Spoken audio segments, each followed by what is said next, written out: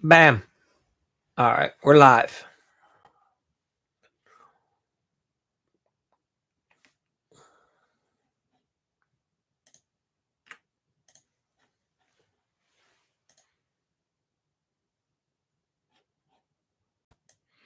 Get started in a minute, fellas.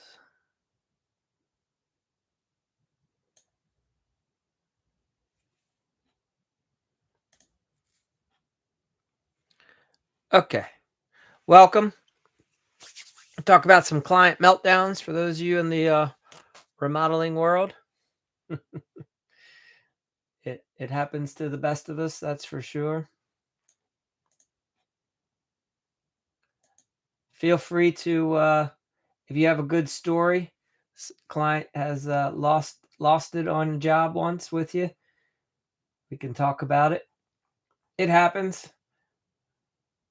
Remodeling gets emotional for the homeowner, that's for sure. Welcome.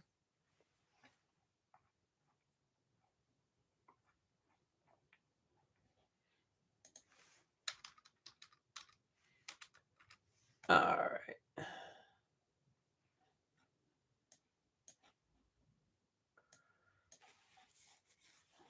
We're almost there. Welcome.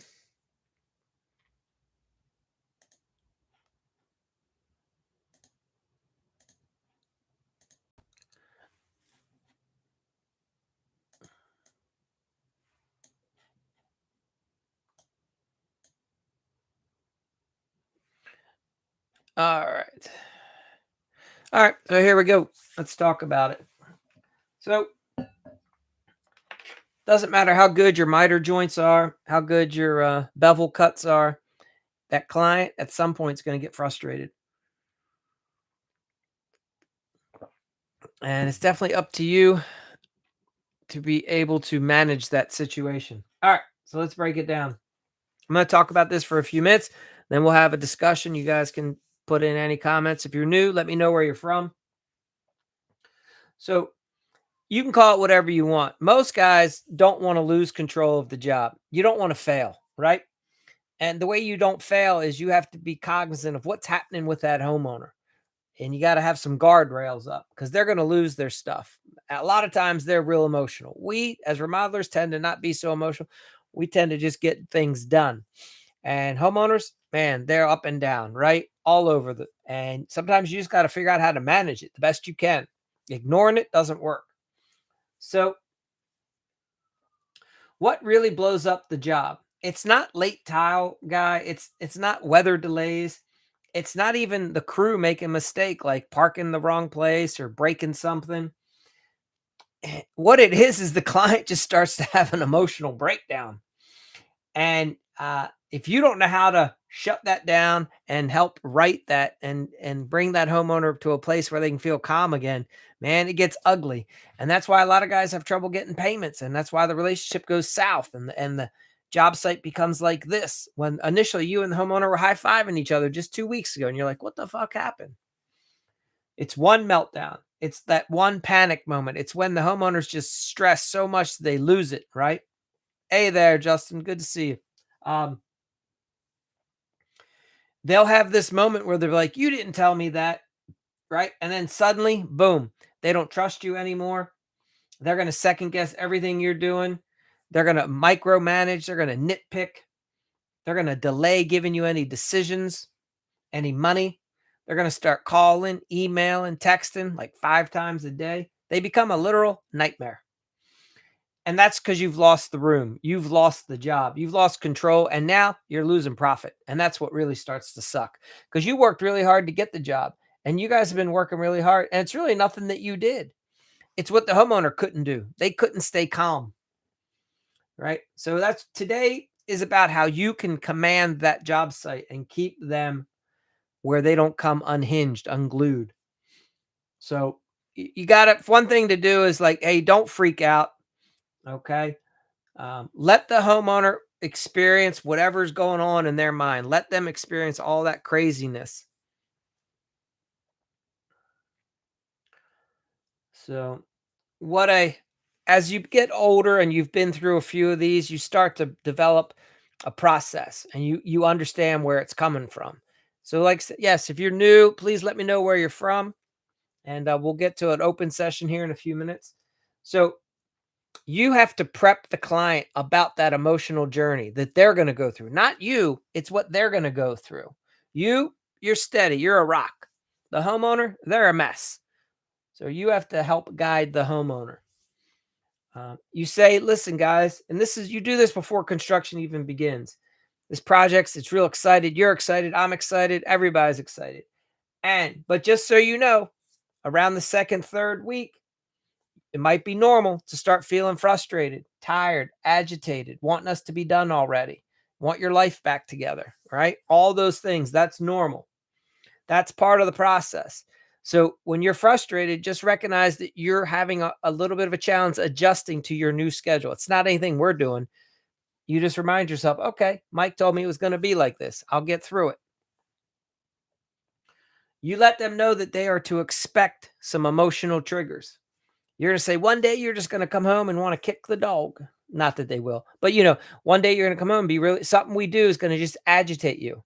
And that's letting you know that you're stressed about the project, and we'll be happy to talk you through it. And that's why you provide them with a nice schedule. That's why you check in with them regularly. And remember, after they've usually made a couple, like 2 payments, they also start stressing over money. They're not used to spending that kind of money. And when people spend money, they want to feel better because they want immediate results. They don't like spending all that money and seeing their house still torn up.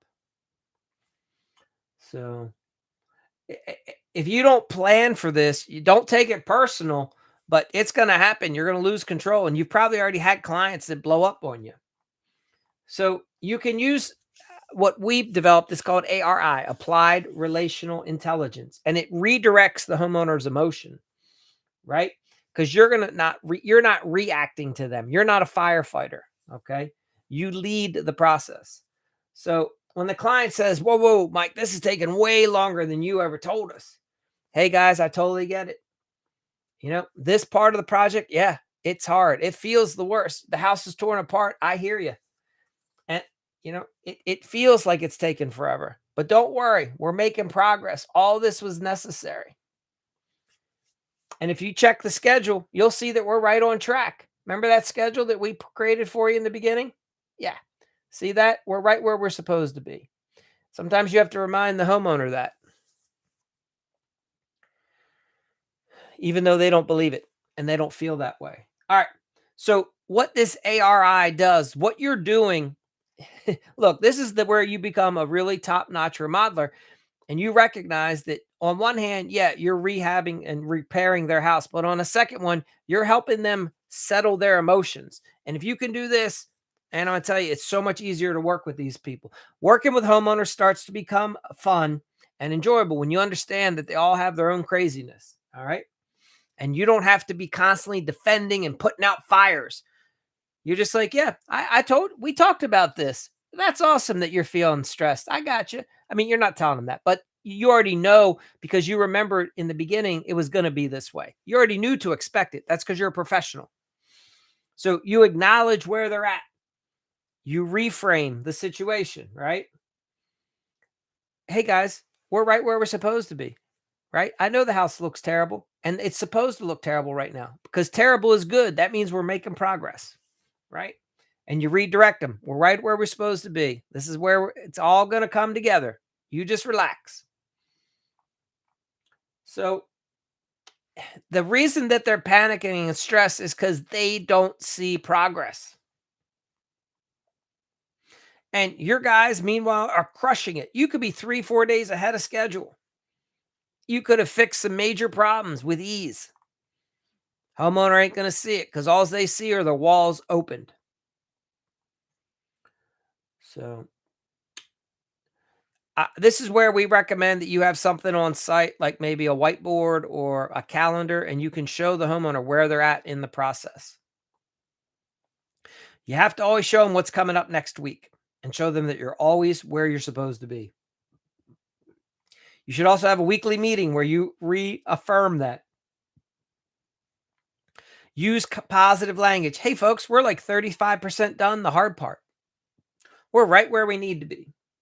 Yes, this is the dusty part. Yes, this is the part where it looks bad. but it gets prettier every day on out, one area at a time. And you let the homeowner know, you guys are doing great. You're handling this way better than most of my clients. That's always encouraging for them to hear. You thank them. Say, what's really helping is how you guys are staying on top of all the decisions. You're staying on top of all the payments. It's letting us just keep moving. That's what's awesome, right? You're pre-framing. You're letting them know exactly how to keep moving forward so that it works best for all of us. Remember, confidence is contagious. So even if you're sweating it on the inside, you don't show that to the homeowner. You let them know everything's cool. I got this. We've done 100 of these. So remember, it all goes back to the pre-construction meeting that you guys are having now. Every job hits a point where the house is torn up and doesn't feel fun anymore, guys. It happens on every project. That's part of the process. But that's exactly the point where things are coming together behind the scenes, right? And that's where our process, because we're professionals, really protects you. We get you through that hump. We don't stay there. So again, make sure you're meeting with the homeowner regularly. We recommend once a week, preferably on a Friday. Help them calm their emotions. They probably had a rough week at work or with family, whatever. Show them what's got done. Explain to them all the hard work that they don't see. And then let them know what's on tap for next week. Always positive, always positive. Let them know what you might be waiting on. If there's any decision that they need to make over the weekend, maybe update them with a picture or two, show them something positive, show them something really good that say, notice how my guys did this. They do this because, and this is why it's a benefit to you. Give them some understanding of the construction process behind the scenes. And as always, tell them how you appreciate how quickly they're making decisions, how friendly they're being to your staff, how nice it is to work for great homeowners like them.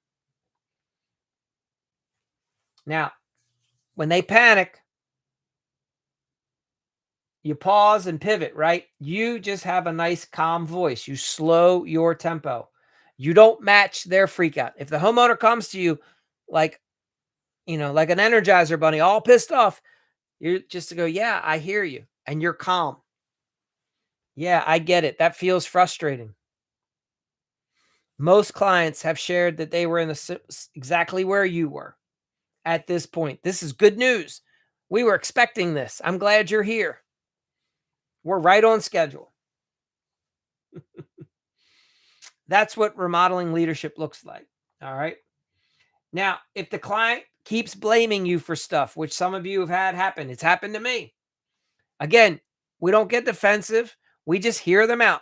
They are operating from an emotional place here. They're not operating from a logical place. If they were logical, they'd have a regular conversation with you. That's when you should be worried. If they're all over the place and they're emotional and they're frantic, it's all irrational. They're being triggered. You let them know that you hear them, and then you walk them through where things really are. And you let them know how you're handling it.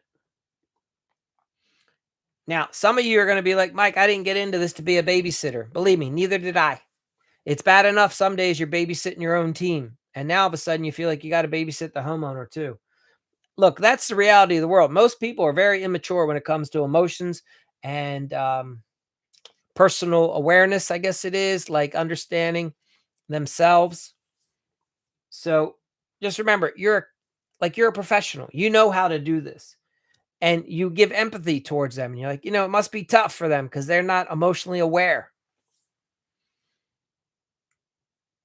You don't manage their emotions. You stay in control and help guide, and then they will self-regulate when they hear that you understand. Now, it's possible that a homeowner is going to cross the line, especially when they get fired up. This is why you have to reinforce good boundaries. Bring back the scope of work. Bring back the schedule. You show them how you're right where you're supposed to be. You work with the agreement and facts. You don't get tit for tat on the emotional game. That doesn't win for anyone. You just stick to the agreement and facts. Hey guys, we're right where we're supposed to be. You see that schedule? The one we talked about at the pre-construction, look at that. We're right where we need to be. Everything is exactly how it was supposed to be. I totally understand your frustration. Let's work the problem, guys, not the emotion. Okay? Tell me more. What's frustrating you? Rough day at work? Who knows? Maybe they just got fired, or maybe they didn't get a bonus or a raise. Who knows? Promotion. So it's not that you're going to be a therapist. You just have to be smarter about how you're managing the job. That's all. You're just smart. You're strategic. And this is how you protect the job, you protect your people, you protect your company, you protect your profit. It's once you get this, it's so much simpler. Because all you don't take their burden, you don't take their stress. You let them keep it, all of it. Yeah. All right. Who's on? Hey there, Jay Allen. I see you jumped in. Welcome. Happy Friday. Anybody else new? Say hello. Let me know where you're from. People coming and going. I guess I've missed some people while I was talking. So you have how things? You gotta tell me real quick. How did that job go with the non-permitted work for you today?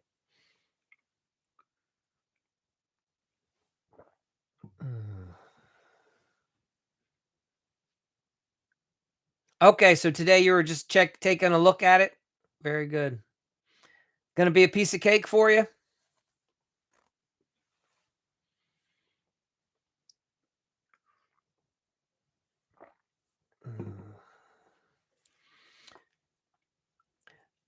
Tell me, was it better or worse than you expected, or right where you kind of thought it would be?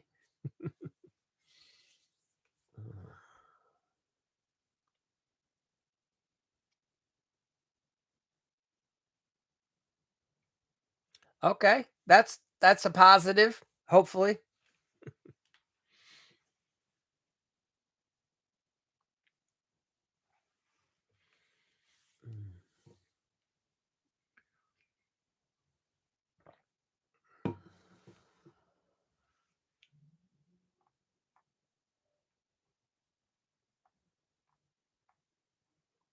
All right. What else is happening? Anything? Can't find the water meter, but it's supposed to be close. Interesting. Yeah. So, are yours just a few feet usually off of the main road, or are they closer to the? I would more I think about it, aren't right? They're generally just right off the main road, but I don't know. I'm not sure how they do it in your parts.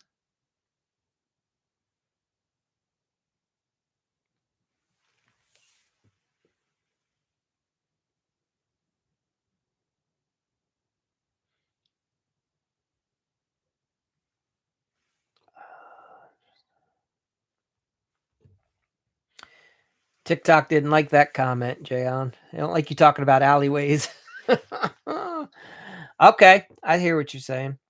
Didn't know you. Yeah, so you're in like the downtown.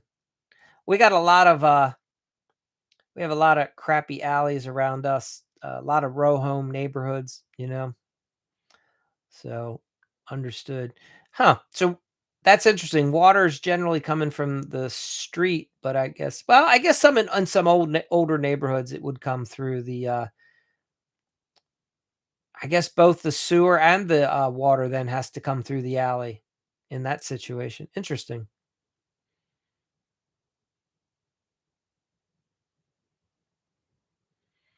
So help me understand, what year was this house? I understand that this is a second structure that they built, but when was the original house built?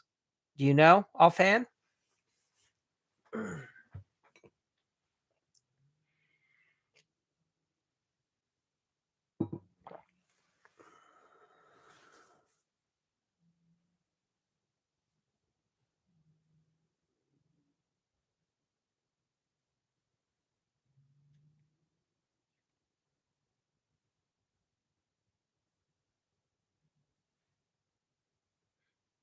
All new?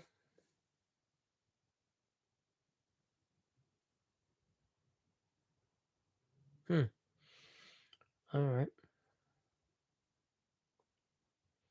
Interesting. Yeah, I was thinking that it would be, if it if the water is coming through an alley, it must have been older, but got it.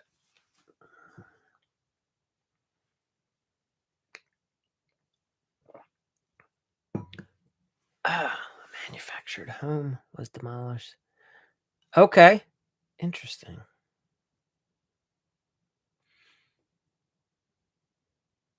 Old lot, fair enough. Okay.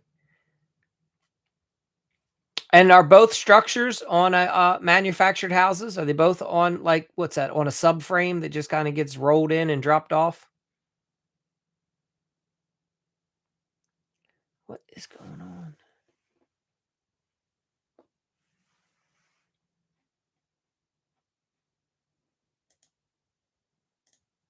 Huh. I'm being told that the, live isn't available. Let me see something.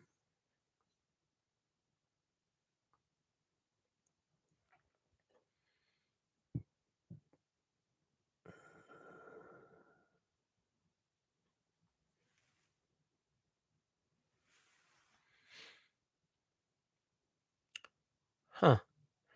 It looks like it's still I got some message showing up that says the live was not available. I don't know what's happening.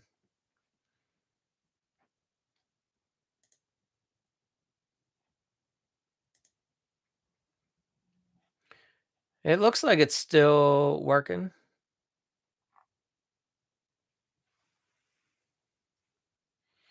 Alright. Yeah, I don't know. Maybe too many people were using the, service and it crashed, or maybe, it doesn't like people talking about alleyways, so it wanted to shut down the live. I don't know. You're bringing up all kinds of words: demolished, alleys, old. It's crazy.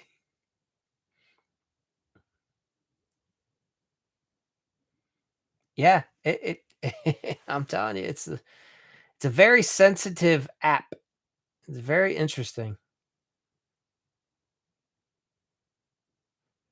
It's got a unique algorithm. I don't anyway, it just is what it is, but it gets triggered. I'll just say that. Kinda like the homeowners we're talking about. They get triggered very easily. So does the app.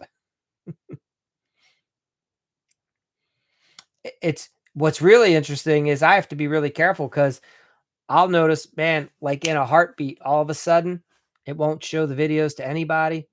There's no likes, there's no views, there's no comments. And I'm like, "Damn, I said something on one of my videos that it doesn't like." I gotta, like, then watch it and look at it and go, "What did I say that it doesn't like?" Because I don't really it's funny, like, I think that there's a whole lot of worse stuff when I don't know what you get in your TikTok feed, but I get some weird stuff, like, a lot of, fights sometimes show up, racist things. It's crazy the things that sometimes will show up, and I'm like, "This is okay, but if I talk about an alley, you wanna shut that down?" Like, I I don't understand the app at all. Uh,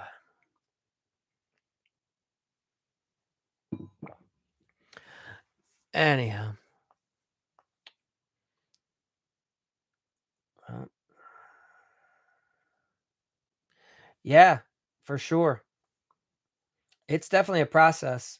I don't know how long Jayon, I just joined here basically in it was the end of May, March, April, May. Yeah. So essentially June, right? I started putting up a bunch of videos. I'd never used TikTok before June of this year. So that's June, July, August, September. I've been on it for 5 months. Um, still learning it. I mean, I see some people have been on here for 5, 10 years, for sure. And It with their and, long videos have been on this place for a long time, but anyhow, thank you. Appreciate that. Is there, so hey, look, I mean, the floor is yours tonight. Is there anything that you are frustrated by or curious about that you want me to touch on? I don't know. I got trying to look at the content.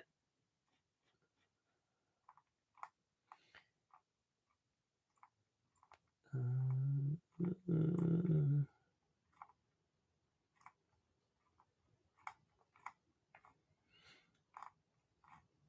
I mean, I'm pretty certain you understand. Like, just because a client gets some, like, I'm sure most people of your demeanor, I would think, get this, right? Like, when somebody else is upset and fired up, you don't have to take that energy or that emotion. You can just let that emotion be theirs and hear them and say, "Yeah, that sounds frustrating for sure. Ooh, I'd be pissed off if I was you," but you don't have to like go through that emotional journey with them. I used to when I first started. I would get wrapped up with the homeowner, get exhausted, be frustrated, because I thought, well, if they think it, it must be true. I didn't understand how irrational people can get.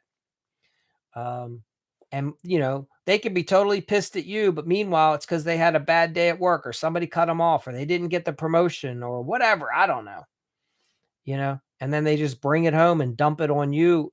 Here you are working on their house, but they're frustrated that you're there.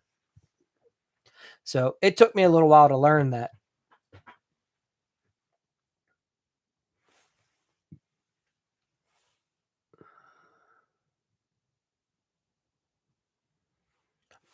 Get out. What? First time? All these months? So everything's really been oh, that's awesome. So, and I'm going to tell you what, and just hear my nonsense that goes on in my head when I first got started. I was very frustrated by the permitting office because the first couple permits that I went after, I did not have good experiences. They were, I guess, challenging situations in general. So the permit office was denying them, telling me I needed more information, I needed this, I needed that. Um, Two of the permits I tried to get were in the Baltimore City area, which is just horrendous. Um, you can already imagine the person that gets the job there, they just don't want you interrupting them. They don't want you to ask for a permit because they're too busy socializing, whatever. It's the craziest work environment I've ever seen. And you most of the time you sort of need the guidance of the people at the permit office. And when they don't even feel like offering it to you and they just like, get out of here, man, stop bugging us, like figure it out. Anyway, so I would start to get a little bit like anxiousness and I hated the permanent process. And I started making it like this big thing and I would hate going there. I'd hate paying for parking. I would hate feeling like I'm going to be here for 2 hours trying to get through this permit office. And you know what it was? It was really just that one permit department in Baltimore City. I found that most other places, if you come in with a good attitude, they are actually very helpful. Baltimore City, hands down, horrible. They are not. That's just the reality of that place. But like all the other counties that I worked in, I find that they're a lot better. So I'm hoping that wherever you go tomorrow or Monday, rather, hopefully somebody positive will be there, somebody that actually like appreciates their job and recognizes that, hey, I work for the government. I'm here to serve the people. Like I need to help them get through this craziness of the permit process. Yeah, but I can hear you. Yeah, for sure. You don't know what you're doing and you have no control over it. All you can do is just try to get through the process. So, hopefully somebody will guide you in a polite way.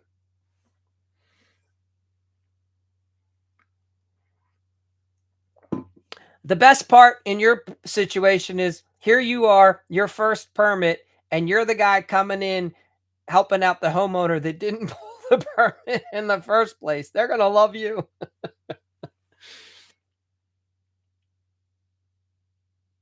Yeah, I my office, my place is we have a beltway right around the city, and for the most part, the city is inside the beltway, right? And then there's parts of the county. on the edges. And I live in one of those parts just north of the city, only a couple miles. So I'm really close to the city line. And most of my work was always this way. I would go, an hour in every other direction. And sometimes I'd go through the city to work on the other side of it to avoid just working in the city. So I 100% get that. And really the problem is I don't know about your city, but Baltimore has just this there's a very negative attitude from a lot of the public works people where they feel like once they get that job, they feel like they're supposed to be set for life with retirement and they're not supposed to ever have like the hardest work you do is just getting the job. They work harder to get the job. Once they get the job, it's like now they're supposed to be on easy street and just cash in every week, collect all the checks and enjoy the vacation and all the holidays. And I don't know. It's the craziest thing. So now I'm sure that, there's always a good worker somewhere. And most likely they get fired at some point or moved to a different department. But our counties are pretty good. But man, the cities, they're a nightmare. Yeah.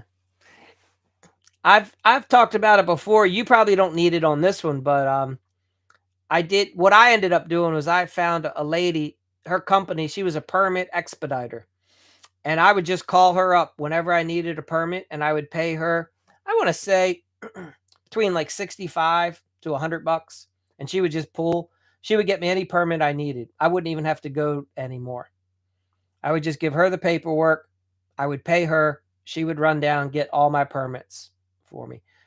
Even some of them were even more complicated. Some of them we'd have to do a variance or get a hearing for.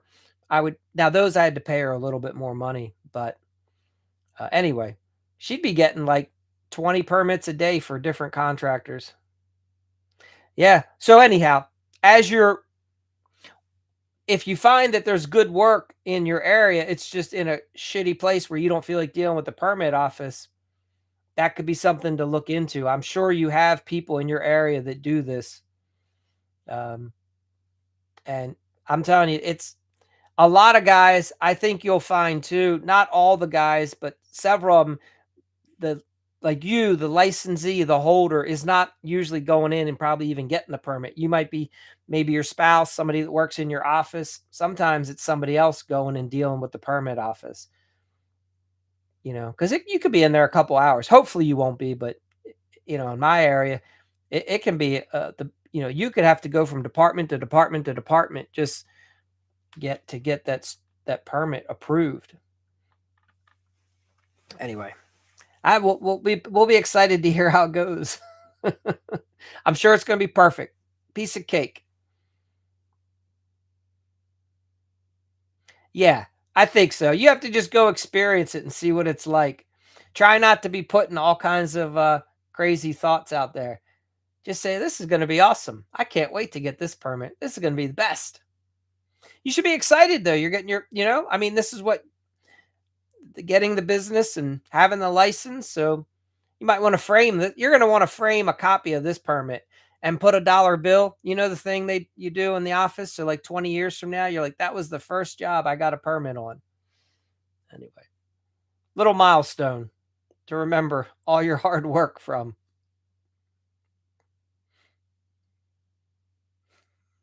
Yeah, exactly. It's the little things that add up over time. I'm telling you.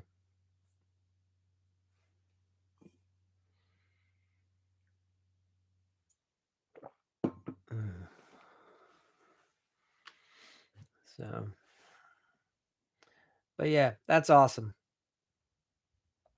All right, let's see.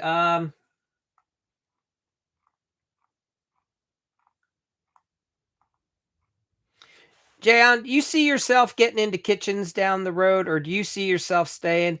Like when you look at what you're going to get into for next year, do you see yourself stay? Do you like doing the service calls the most? Is that probably the lane you're going to stay in, or what is your plan for the upcoming year?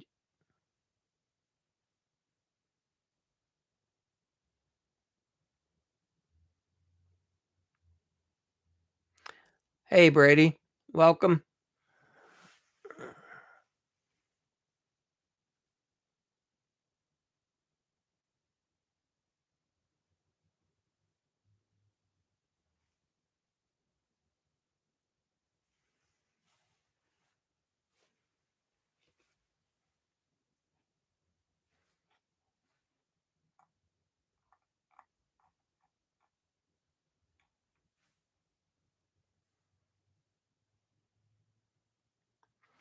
Okay. So do you could potentially see yourself like a homeowner contacting you and you handling like a kitchen remodel, but you would obviously bring in some subs to help get it done yourself? Is that or like a full-on bathroom remodel as well? Really? So what, you would get in touch with like an electrician, but you understand how to do a lot of that. You built your house, so you just maybe some subs for some of the work, I guess.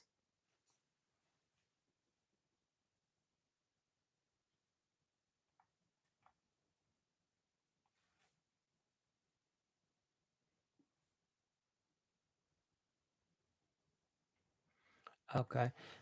Now, help me understand. Is it just feeling like you're gonna get in over your head right now? Like, just stay in your lane? Is that your thought process?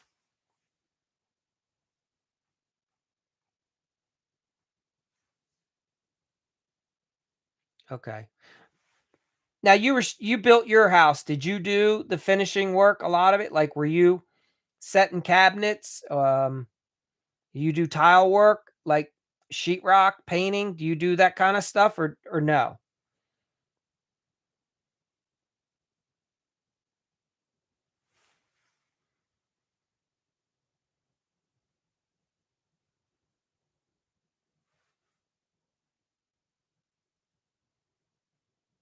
I got you. Yeah, a lot of guys it's interesting. I hear what you're saying. I've had especially a lot of guys that worked for me. If they were good at other skills like carpentry, tile, whatever, setting cabinets, they don't like painting. I hear you. I don't know what it is about. So what I hear from some people about painting is they don't like how they have to be delicate all the time. I don't know what it is, because I mean, some guys can do really precise work for other things, but something about painting they just don't like. Yeah, but I hear you. Good thing is there's a lot of painters out there, especially in Texas for sure.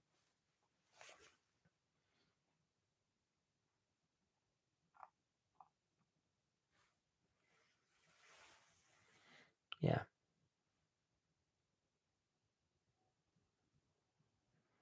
I think some people think it's just too boring. That's probably why a lot of painters have like I mean, it's a common problem, right? A lot of painters have like some addictions, let's call it, and hoping that they show up in a clear state of mind sometimes is challenging for sure. Maybe because it's just kind of mind numbing work over the years. I don't know.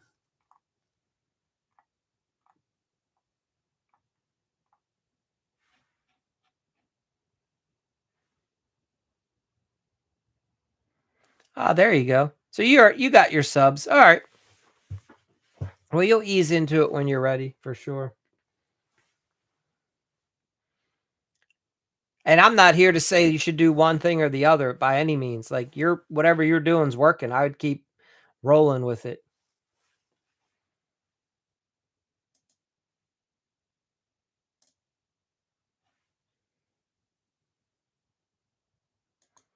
Yeah. Yeah. Well, and you know what happens too, like, and you already see this, like you work really hard to get the clients that you get.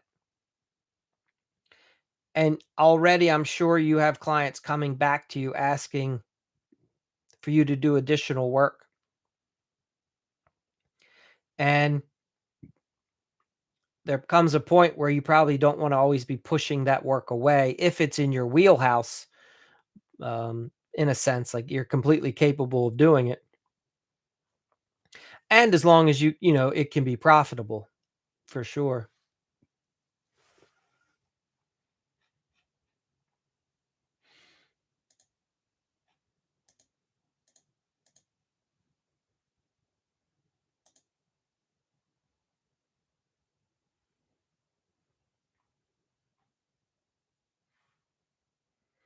Yep.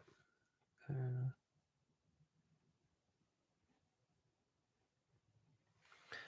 yeah, the it's an interesting business for sure, but as long as you have projects coming in that make money, you gotta they say, you gotta take advantage of those all the time for sure, so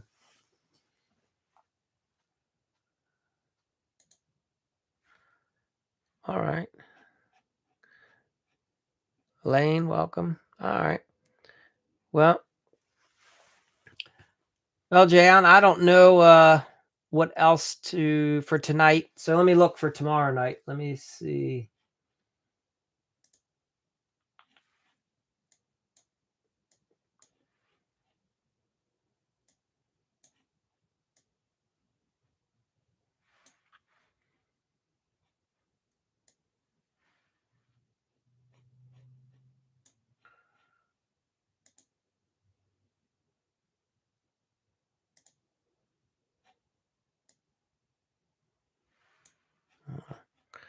Ah, there it is. Okay.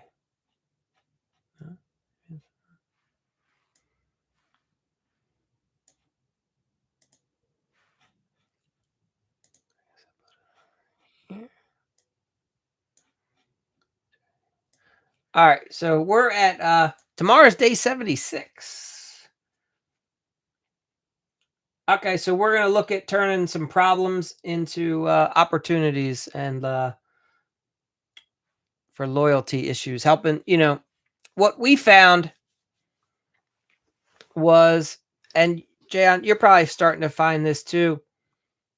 You want the homeowner to view you as the end all be all when it comes to plumbing issues, right? No matter what issue comes up regards to plumbing, water coming in, water going out.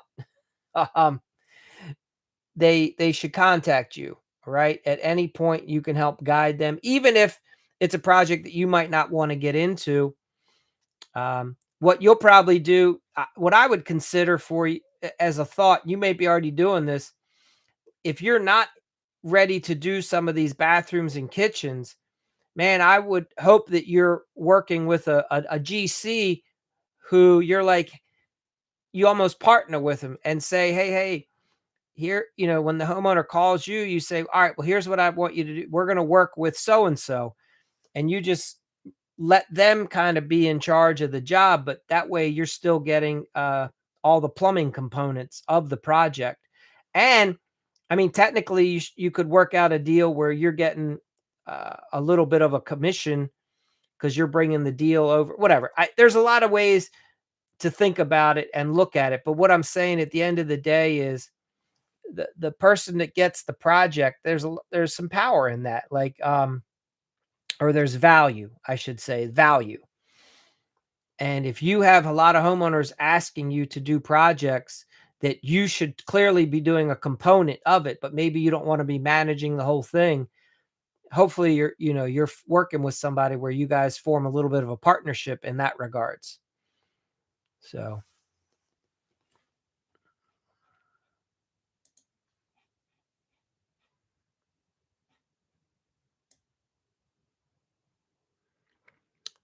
I had a oh, what do you say?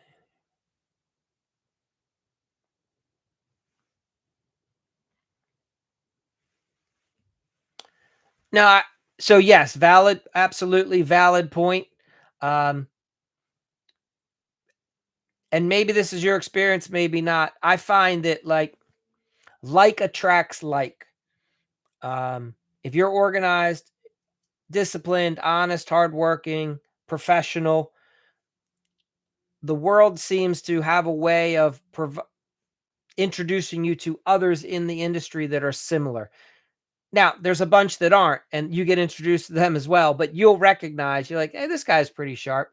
And hopefully over time, you'll make that connection. Yeah. No, I hear you. But I think you'll find like I would share this. I mean, my the main plumber I use, I've been using him for 20 years. Yeah. I mean, once and the way I found him was my brother, it's a father-son team.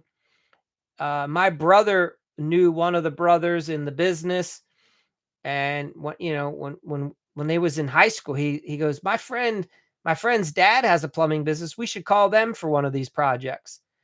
And next thing you know, been working with him for over 20 years. So I think there's good people out there.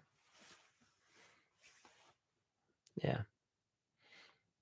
Because you're that guy. What I'm saying is you're the plumber like I would probably work with for 20 years. I think that's your character. And so I think for sure you'll find, what's interesting. And I don't mean this, like, I'm not saying this is what you do, but I had one of my best electricians ever. He went and got his home improvement license, and that guy started cleaning up town. I mean, I was it really worked out well for him. I'm not saying you do that, by no means. I'm just saying he was the best electrician I ever worked with. And he went, and I think he was a young go-getter. He was like, and he was like, "What the hell am I doing? I should just get the whole job and sub it out like these guys sub me out." So,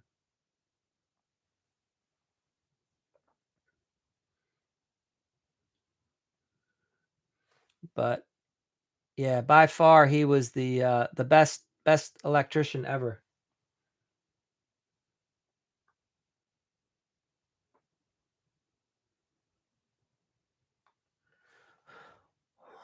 All right. Well, unless anybody has anything specific they want to bring up, talk about, make sure you take a check with you down to that permit office. I don't think they take credit cards. You probably already know that. Mm.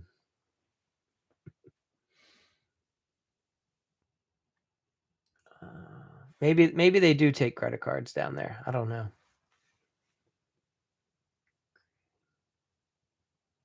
In listen to this Cash App. All right, in my county, the one that's closest to me, there's multiple buildings. So when you go to get your permit, you go into the main building. You have to run through the metal detectors, all the jazz.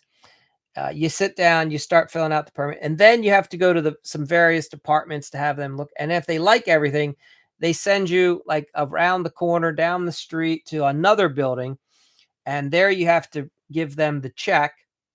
They process the check, and then they bring it, and then you come back around to the other building. It's so antiquated. Uh, you end up the parking meters there, you can only get like I think like 2 hours, and half the time you're having to go back out and you have to like repay the meter because it takes more than 2 hours to get the permit. uh anyway, not for you. It's gonna be a piece of cake for you. Piece of cake. All right. Well, appreciate everybody who's here. I'm not seeing any other comments.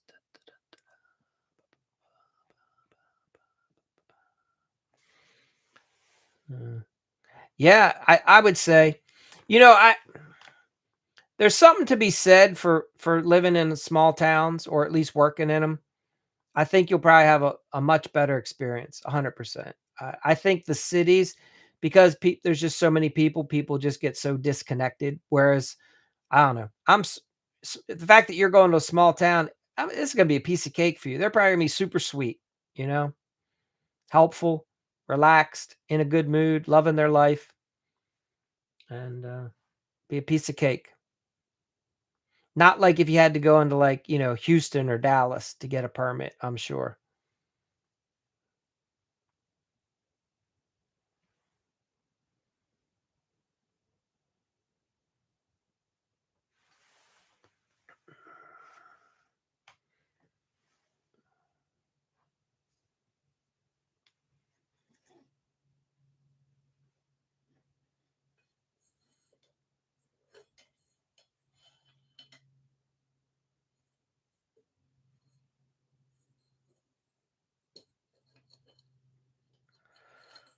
Yeah.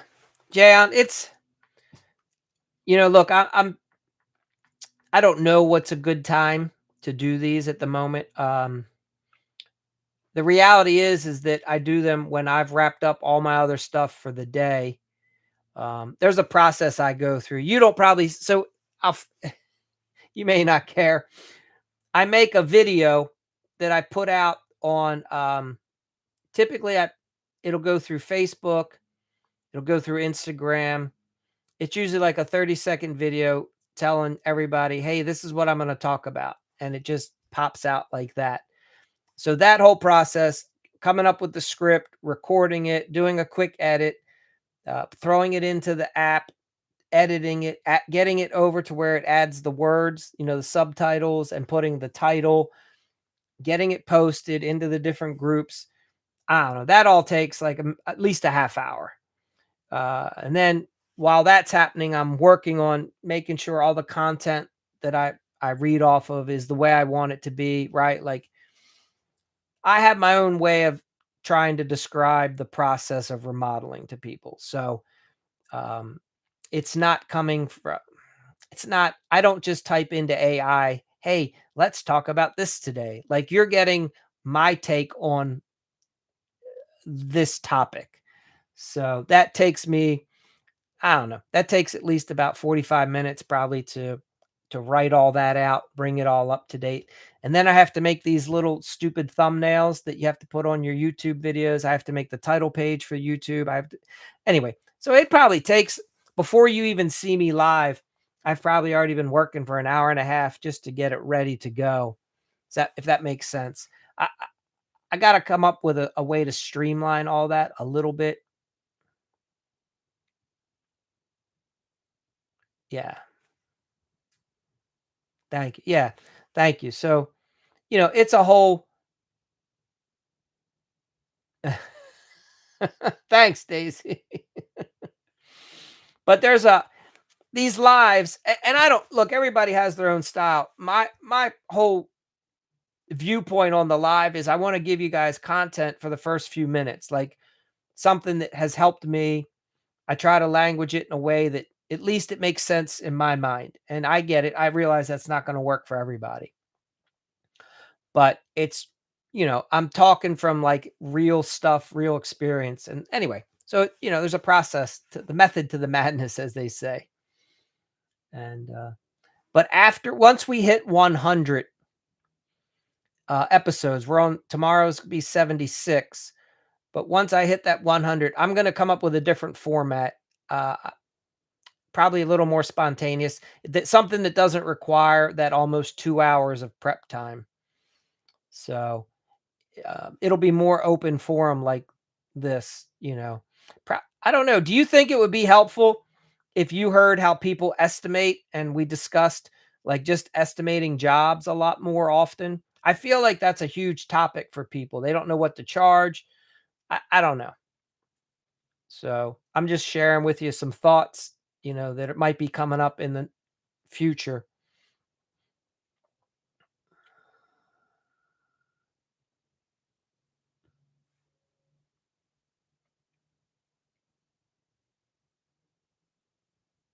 Oh, that's awesome. Daisy, if you're still on, that's awesome. Daisy, tell us, what state are you in? Maybe I missed your comment. Maybe it's been there a little while.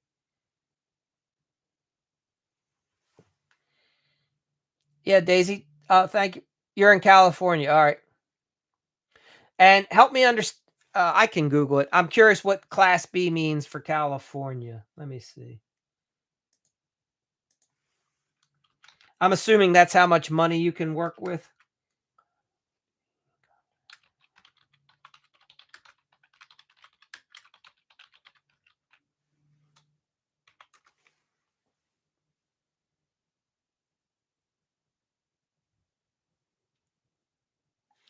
Okay.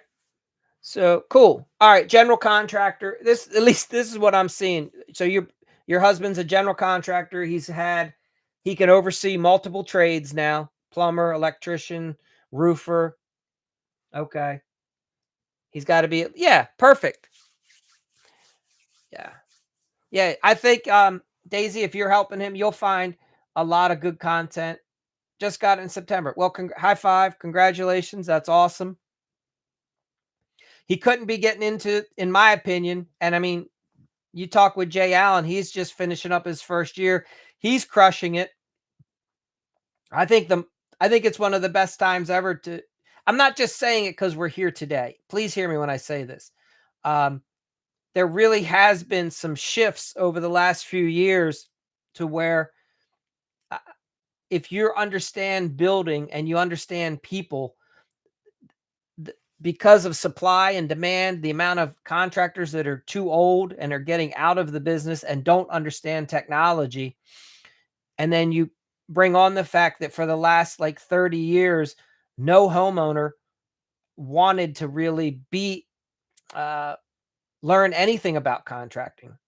So they don't even have basic tools. Anyway, all of that combined together, and the fact that there really has been, in most parts of the country, not a ton of new homes have been built. Some, yes, but it's been harder to build new homes. So the America's housing stock on average is the oldest that it's ever been, which requires a ton more remodeling. Yeah.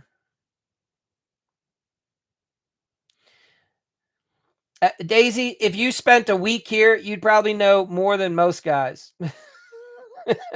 Other than, you don't have to know how to swing the hammer. Okay. Believe me, that's the easy part.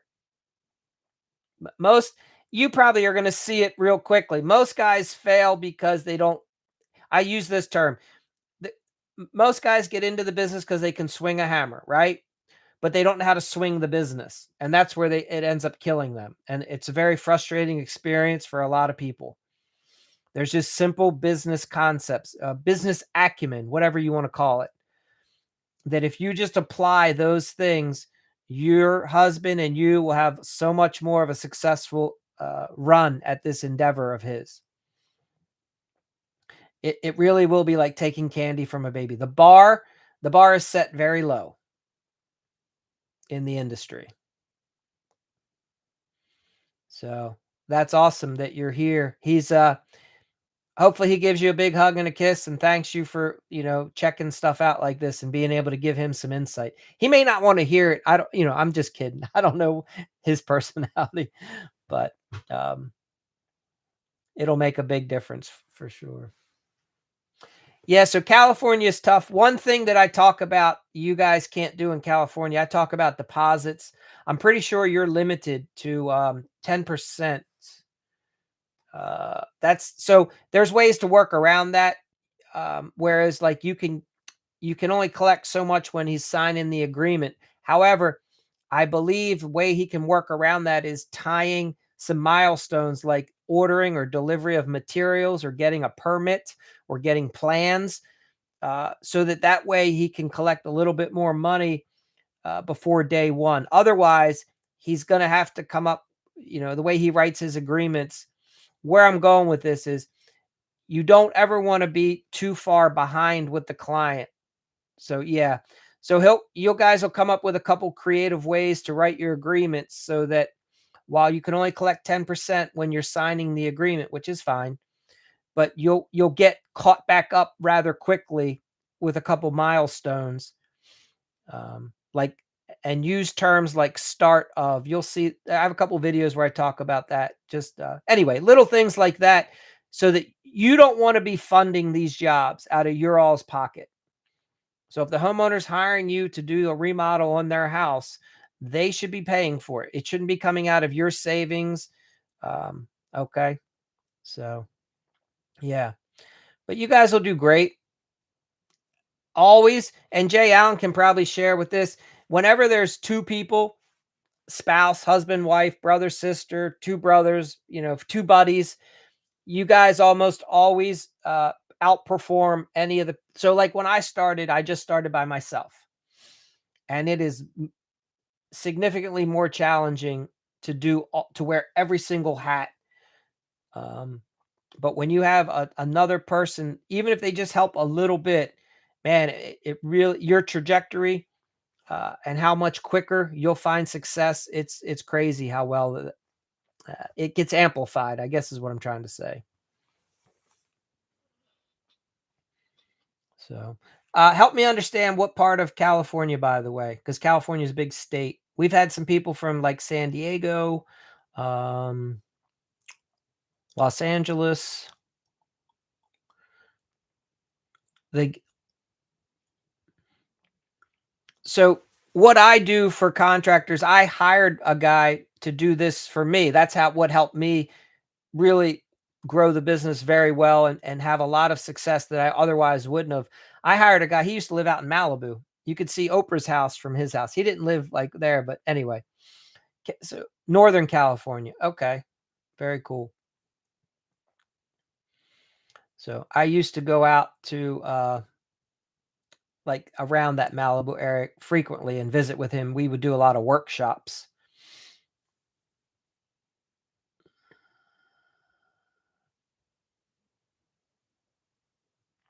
Stockton, about 45 minutes away from Sacramento. Okay. Very cool.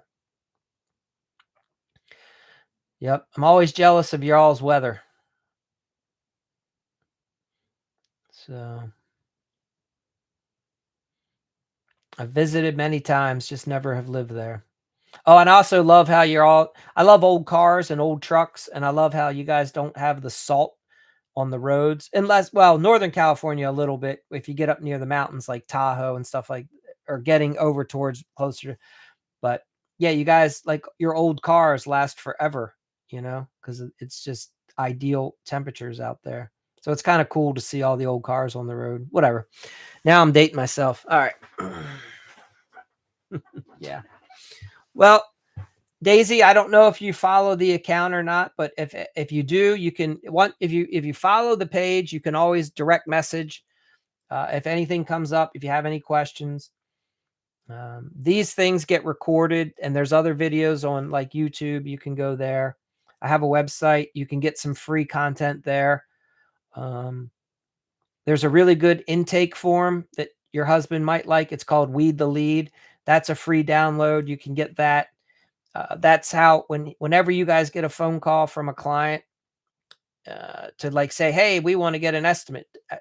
I recommend you don't just get in the car and go give them an estimate. Have some questions and try to filter through and make sure they're going to be worth your time, or that they're a good fit for your business. So I have that whole sheet, and I have a video on how we came up with that. So yeah, you can download that right now, and there's some other things that you can get.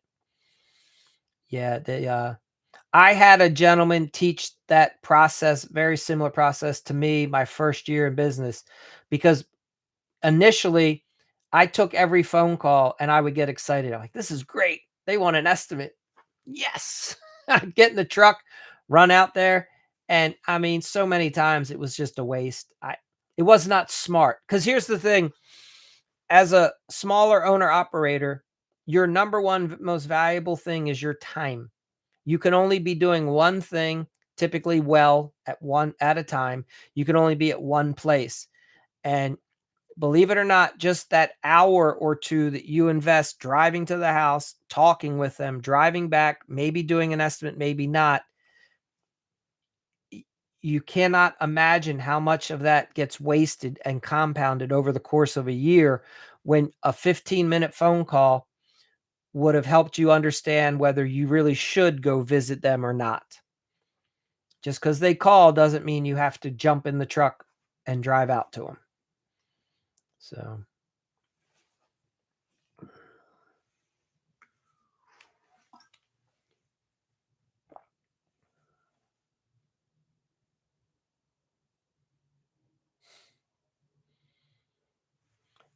yeah, no, Jan, sometimes, I mean, dependent, like as a general contractor, depending on the scope of work, you're right. Like you could really lose the better part of your day rather quickly. And then you're up late researching shit, trying to figure out how can we do that? Can we get all that they want? The homeowner sending y'all their Pinterest boards. uh, you know, a lot of, unfortunately, a lot of us waste a lot of time in the beginning because we just don't understand that we don't have to do it. and we don't understand that there's another way. So, but everybody has to go through their own process, you know. You have to figure a lot sometimes you just have to be you have to experience it a couple times to go, "I'm not doing that anymore." You know, it's you can hear other people tell you all day long, but until you've experienced the frustration, that's when it really hits home. Yeah. You've probably had it happen yourself a few times. I know I've had it. Mm.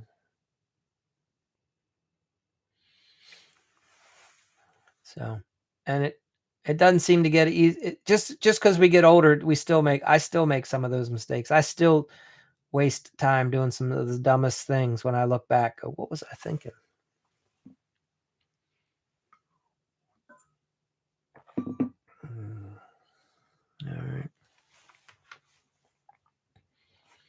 Well, Daisy, if you ever see Jay Allen on here, he's very, very knowledgeable, and he's very, very smart about the way he runs his business. He's done very well this last year. So be on the lookout for guys like that. All right. To try to you guys should all try to network somehow if you're open to it. I'm just saying uh I'm trying to point out that some people know what they're doing and they get it and they're doing well. Yeah, 100%.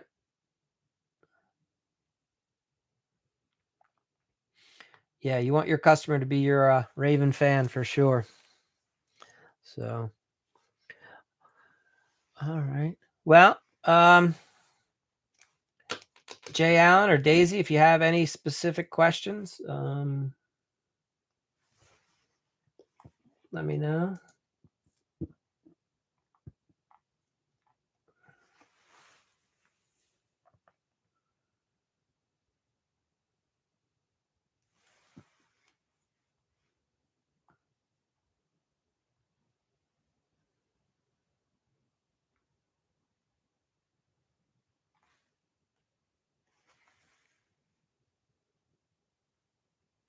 Oh, okay. It's please forgive me. Maybe maybe you've been on a couple times so thank you.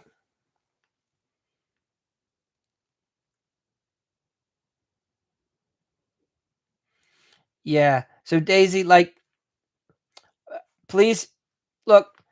I by no means am I trying to tell you how to do anything. I'm only sharing what I've learned and what I've seen uh, cause a lot of angst and problems, and that's what Jay Allen's talking about. Is when you're new, sometimes it's tempting to discount to get the job, and uh,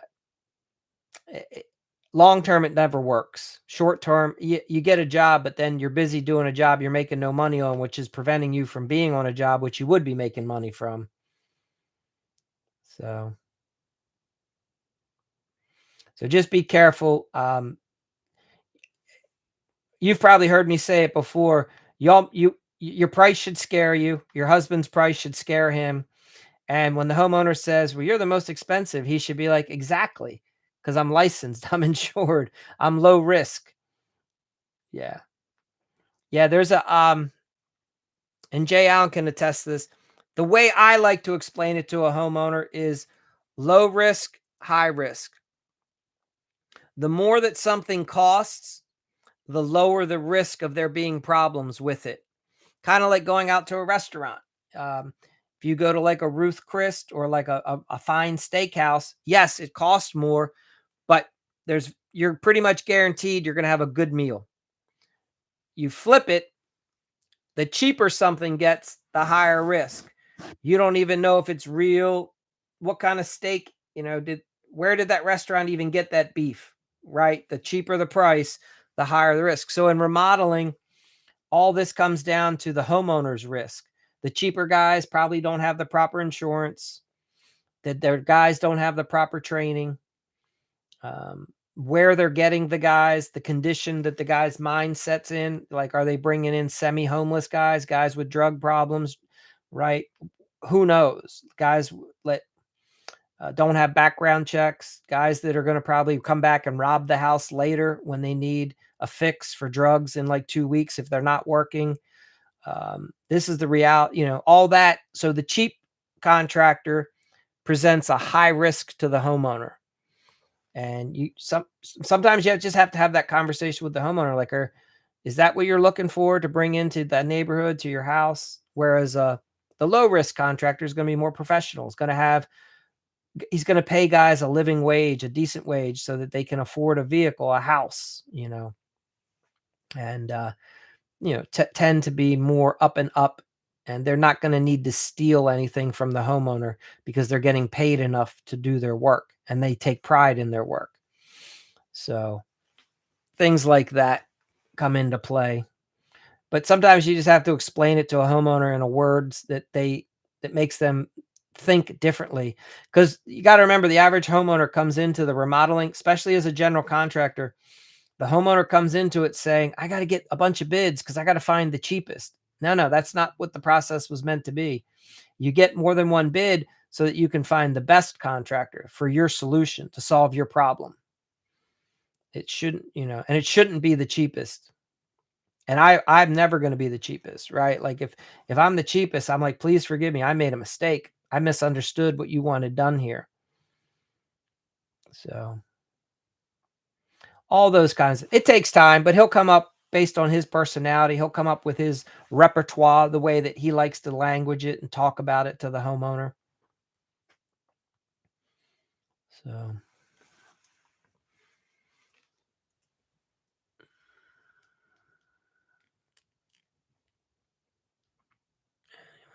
yeah.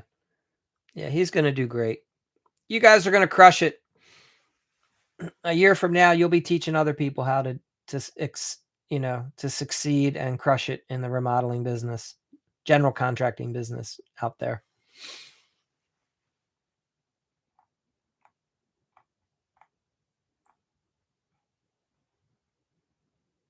So it really is. It really is. It's kind of amazing when you think about it. I mean, we look at it sometimes as a struggle, but like, where else? I mean, everyone comes here to do what we're doing, to have your own business. You might look at it as a burden sometimes, but the rest of the world sees this as the biggest opportunity ever. It's kind of crazy. Sometimes when you're born here, you don't recognize like how amazing this opportunity really is. I mean, I built this office that I get to sit in. It doesn't, it's cold right now. I have a heater, but sometimes I just put the hat on. But like, it's amazing. I get to work out of an office that I built. Anyway. It's absolutely amazing in my opinion.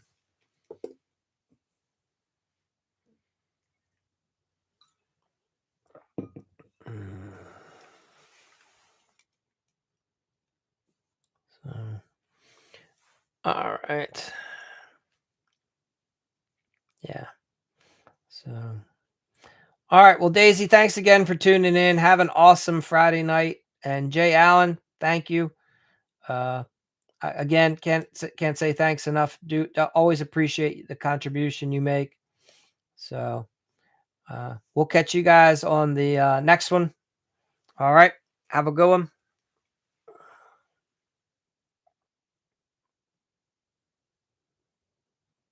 Take care.